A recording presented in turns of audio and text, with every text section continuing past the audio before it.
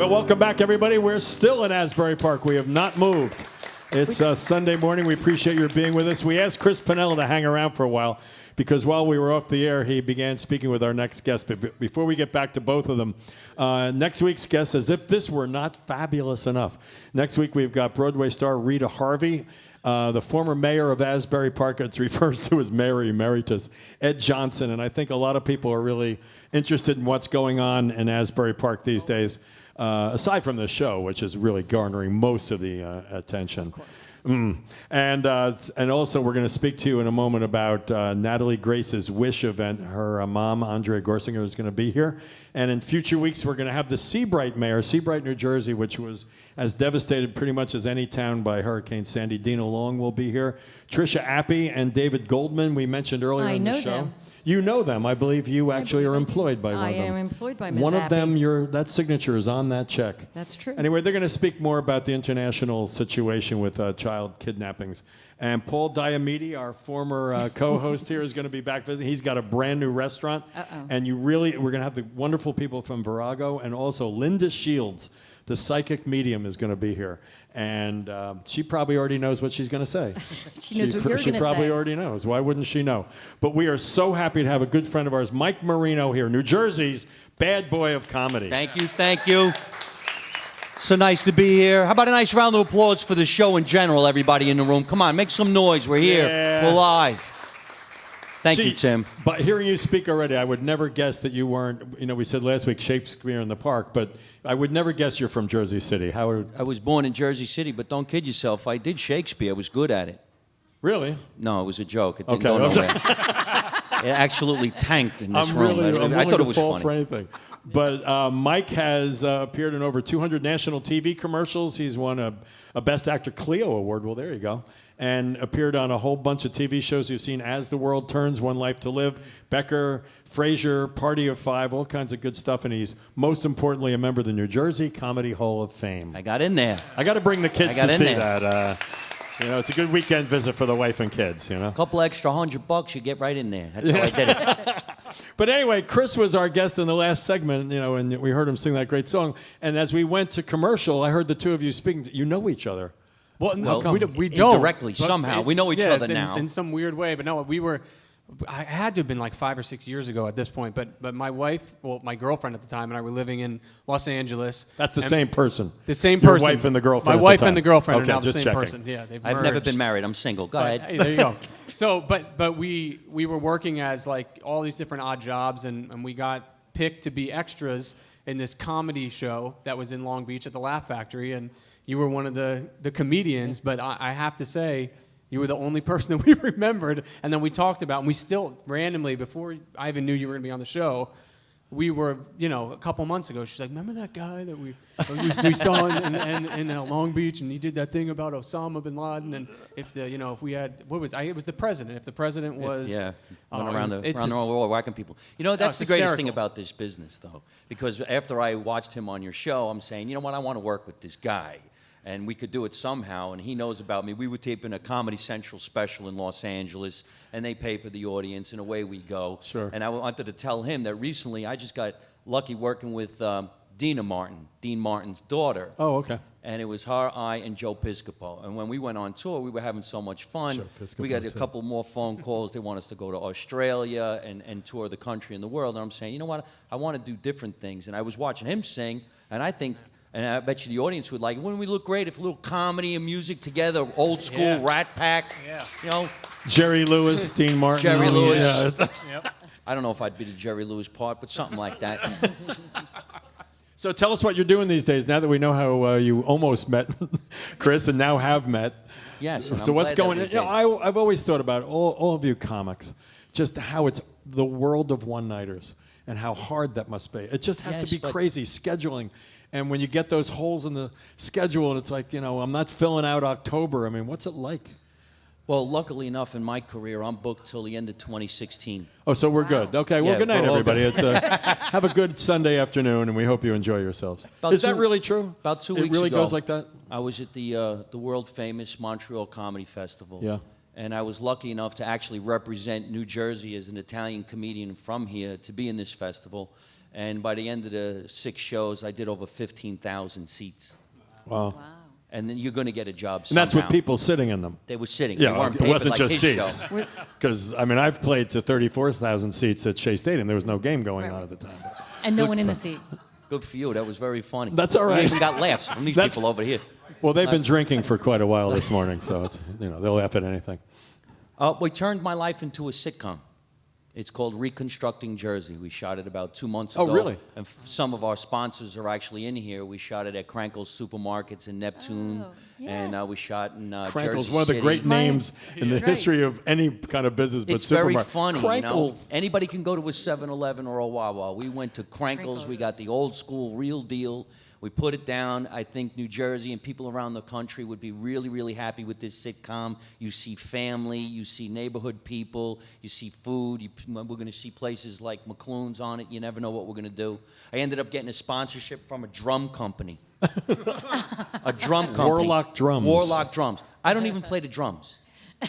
But how great is that? I have a $5,000 set of Warlock drums. I'm going to have to play them now. I have to take lessons. Mercifully, not tonight, I presume. Well, we're not going to play tonight, but I think eventually I'll get some drums. Got me some famous friends. Vinny Lopez came down here to hang out with me. Vinny, Nice. Bruce Springsteen's original drummer, speaking of which. Right. So if the sitcom gets picked up, which we're hoping it's going to on the FX channel, we can get a lot of characters from around the area to be on the show. So, how long have you been in the comedy business? You can tell us. I'm doing stand-up. No one's listening. It's okay. Stand-up 22 years. I've been in show business since I'm about 10. Yeah. Did you ever feel that, I guess, I made a mistake, it's not going to happen? I mean, Yes. what were the tough times like in it? Because they have to be. When I grew up doing TV commercials, let's say 16, 17, 18, I was making a lot of money. Really? Then your face changes. When you hit 27, 28, I couldn't get a job. Chris, how old Started are you? doing construction. How old are you? 28. See, with this, Yeah, but he's It's singing. changing. It's changing. your face is changing right now. changing. Oh my God! Well, we'll just hope his voice stays the same. You don't get a different voice.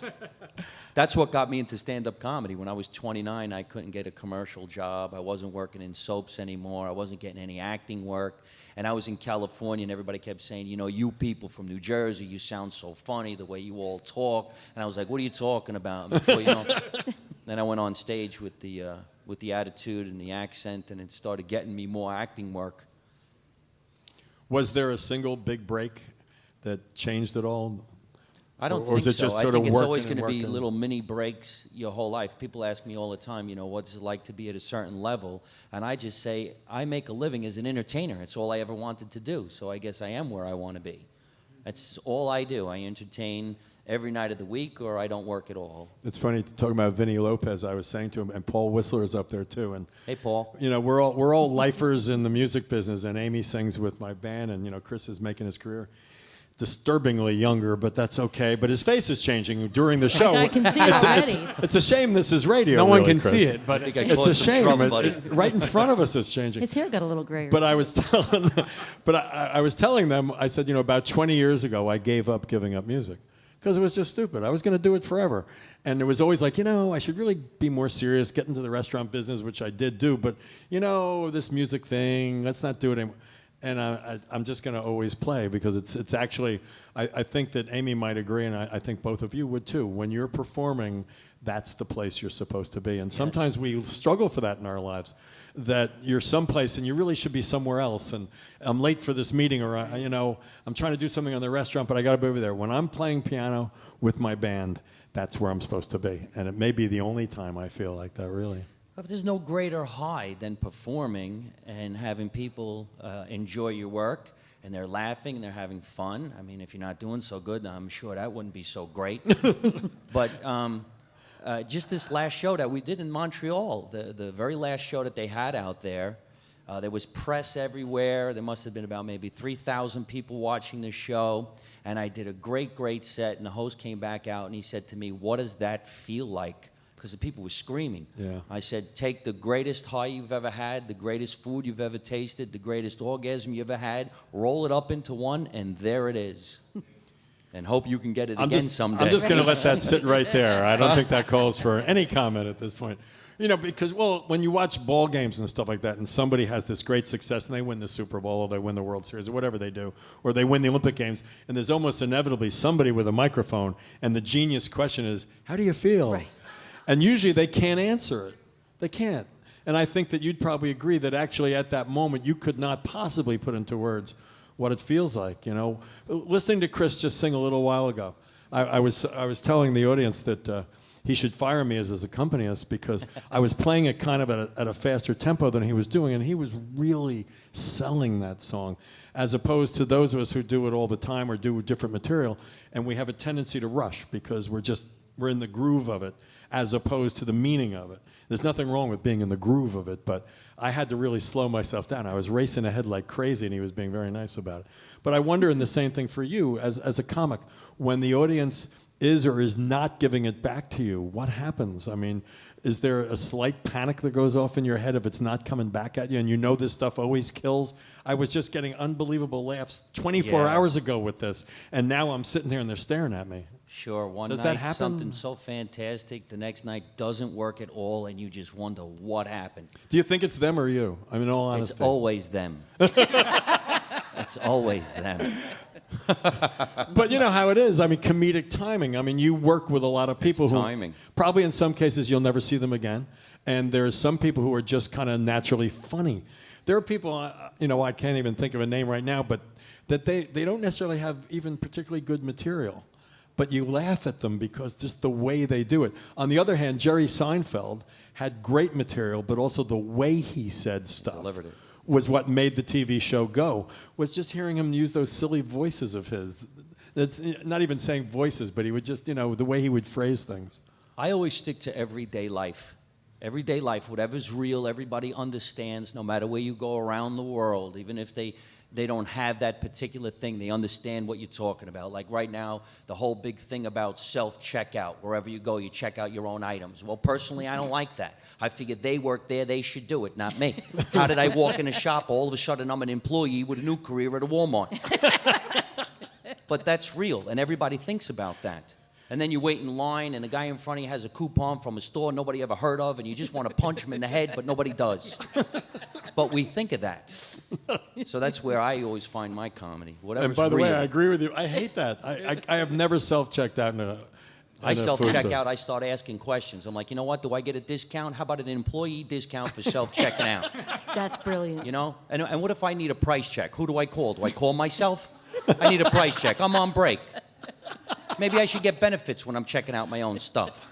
What if I hurt myself? Who am I going to call? I got hurt. Were you on the job? Technically, I think I was. Or like a uniform. If I work at a supermarket, how about a uniform? A smock or a name tag. You know what? From now on, I want a name tag. I want to know it's me checking out my items in case I got a problem with myself and I don't like my service. Then I got to go to customer service and complain about myself. How am I supposed to know who I was when I was checking me out if I don't have a name tag? That works. Mike Marino. Oh, God help us.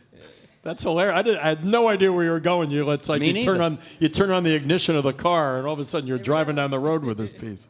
It's reality. I never thought I'd get to the age where I would start saying things like kids today. Yeah. And the way my body is, Obamacare, health care. Anybody, like my body doesn't work like it did when I was young. You ever sneeze and just blow out a calf? And you're wondering, how did that happen? You just sneezed and you can't walk. You ever wake up from a nap with a separated shoulder? It was a nap. These are things that are happening Actually, to me. my baseball idol, Gil Hodges, who played for the Brooklyn Dodgers, the Los Angeles Dodgers, managed the Mets to their world championship in '69. He ended his career on a bus trip in spring training. He put his legs over the seat in front of him, and he pulled his hamstring, and he never played again. Oh, jeez. I had an embarrassing injury. We were actually setting up patio furniture at the Room Runner on the deck, and I'm screwing all these things, and I pulled a calf muscle doing patio furniture. You can't tell Pathetic. people things like that. It's like, how'd you get hurt? Well, I was building some patio furniture. It's not the thing, So what's coming up? Tell us what's next I'm for in you. New Jersey for a little while. My next 3 shows while I'm here will be at Uncle Vinny's Comedy Club in Point Pleasant August 21, And 22, people 23. should support that club. He does a It's a great great job, club. doesn't It's he? a lot of fun. And he's a comic guy. He's a I comics mean, he really comic, supports nice all guy. you, right? Good food you can eat down there. You bring your own, which is a Jersey thing, I guess. You bring your own. Yeah, I don't like that part so much, but that's okay. That's for another show. We'll talk about liquor license. What dates are those? You're going to be on? He's got his own over there. I think he's taking stuff off the table, actually, that I gentleman. saw him behind the bar. And they won the gift card a little while ago, so what the heck? I'm losing. The longer they stay at the show, the more money I'm losing. This is not right, you know? He kind of looks like the guy from the Monopoly game with a pass go. There he is, right there. He does. That's a visual. That's who he is. Mike Marino giving us excellent Thank you very radio. much. Thank you. Mike, thanks so much. Chris Pinella, thanks for hanging around with us a little bit longer. Ladies and gentlemen, we'll be back in just a few minutes.